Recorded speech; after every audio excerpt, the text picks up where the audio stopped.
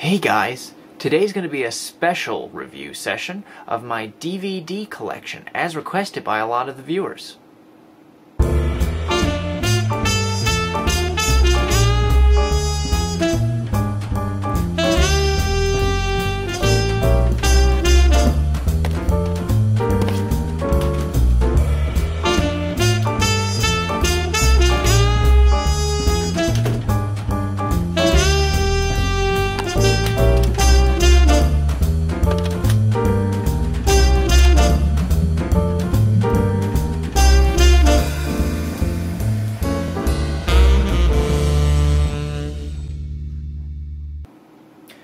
So, I've gotten a lot of requests to do DVD reviews because people saw the DVDs that I had behind me in the movie reviews that I do.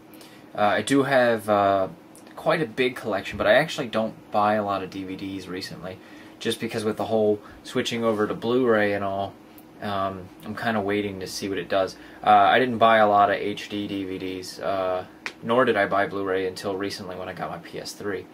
But I figure I would go through some DVDs that I purchased. First, I'd like to start off with two fan recommendations that I checked out and promised I would do a review of. So the first of which is going to be The Signal, which my friend actually let me borrow. That's what I have playing behind me on the menu. This film was directed by three directors and written by three directors: David Bruckner, Dan Bush, and Jacob Gentry. The film was actually pretty interesting. If you haven't seen it in stores, I know I had seen it multiple times in Best Buy on like the horror section and all. I didn't know what it was, and after checking out from the recommendation, I was very surprised. Let me just start off by giving you a general summary. Basically, this whirring stuff you see behind me, it's used throughout the film, and it's called The Signal. One day, people wake up, and I'm being very general here, wake up, and all the phone lines are out, all the radios are out, all the television signals are out, and the only thing that is playing is either this variation of the signal, this jumbly sort of image, and or the actual sound that generates. I don't know if you can hear it. So that's basically what's playing. Now, what people don't know is that hidden in the signal is a, I believe that I don't know the technicalities for it, but a sort of radio wave that messes with people's psychology. And what it does is it makes them fend for themselves. It makes them become really aggressive and leave behind all normal human, I want to say, rationale. So the film is developed into three segments, all following three characters that are involved with each other. There's a girl who is basically cheating on her husband because she's no longer in love with him, and then there's the guy she's having an affair with. So those three characters are all followed. The first segment, which is called Transmission 1, follows the girl, and it basically is a reality story. It really focuses on what would happen, what would it be like if you were actually in this situation as it was really occurring. Basically a nowadays apocalypse, how would you react? The second transmission follows the jealous husband who is tracking down his mischievous wife, so to speak. And this was more of a comedy approach, like, because I think, as the director said, he feels that horror and comedy are a fine line in some situations, and I thought he approached it very well. It did make me laugh, and it was gory at the same time. The third section is more the psychological aspect of it. It's Transmission 3, which follows the guy she's having an affair with and his love for her and what he wants to get out of it. I don't want to ruin too much of this. I want you to actually check it out. Like I said, it's called The Signal. It runs about 103 minutes, but I was involved in every moment of it. It stars Anessa Ramsey, A.J. Bowen, which he was from Creepshow 3 and The Last Goodbye, Justin Wellborn, who is also from The Last Goodbye, and Dance of the Dead, and I believe he's in the upcoming Final Destination 4 3D film. So I think acting-wise, performances were excellent. Directing-wise, they did three different directors, and each one added something special to the film, and it's definitely horror.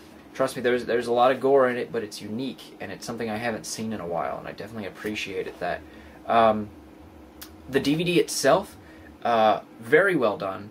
For a film that I found out through the making of, which is on the DVD, as well as audio commentary, some other shorts and stuff like that, so the DVD is packed with special features.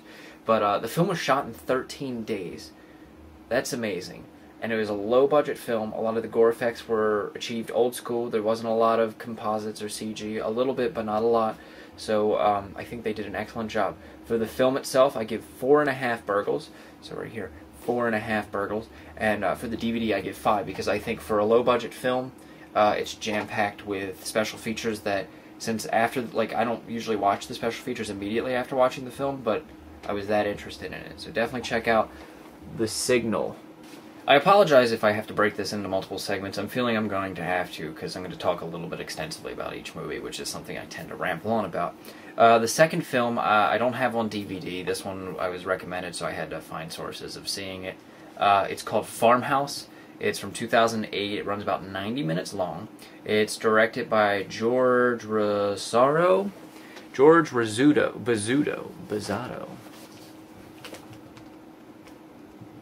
The second film I'm going to talk about is Farmhouse, directed by George Besudo, I think I'm pronouncing it correctly, who also directed Lake Dead, and it was written by Daniel P. Coughlin, who wrote Lake Dead. That's the only other film they're credited for. But it stars a lot of people, particularly Steven Weber's the biggest name that stands out. Steven Weber was on Wings. Some of you might have remembered the, what's called the TV release of The Shining. That was actually, I think, directed by Stephen King, and he played, of course, the lead in that. It also stars William Lee Scott, who was in Identity and Butterfly Effect, Jamie Ann Ullman, Jack Donner, a couple other names. Not a lot of well-known people in this, but I did enjoy it nonetheless. I was recommended it as a horror film, and basically the plot is a couple are trying to escape something they've done in their past that they're not proud of. They're trying to start anew. Along the way to Seattle, Washington, they get in a car accident, need to seek help by a nearby farmhouse, and basically there's two psychopaths, played by Kelly Hu and Steven Weber, who appear to be, you know, it's your stereotypical, they're nice at first, and then they turn sides and begin to torture and stuff like that. I don't want to give a lot away about it. It's more of a psychological thriller horror than I expected it to be. I wouldn't say it's, you know, the best movie I've seen in a while. Like I just reviewed The Signal. I think that's a much better quality film, and you know, that was probably much lower budget. This movie takes a while to get into it, probably a good 45 minutes before we even get to the actual plot. A lot of backstory, which I like backstory and stuff, but it kind of did drag a little bit. Pacing was a little rough. The gore in it was pretty good. There was definitely some good gory parts, and the ending's a little iffy. You're either with it or you're not. Since I don't have the DVD, I'm not going to give the DVD a review, but the movie itself I would give about 3 burgles. Like I said, it's enjoyable. I would recommend watch it if you get a chance to. Steven Weber does a good job, and the other actors do a good job as well. It's just, this is going to be a make-or-break film. I'm definitely seeing people are going to disagree with me here, and that's what you know, in my book, makes it not a 4, is that I could see where people won't enjoy it completely. But if you get a chance, check out Farmhouse.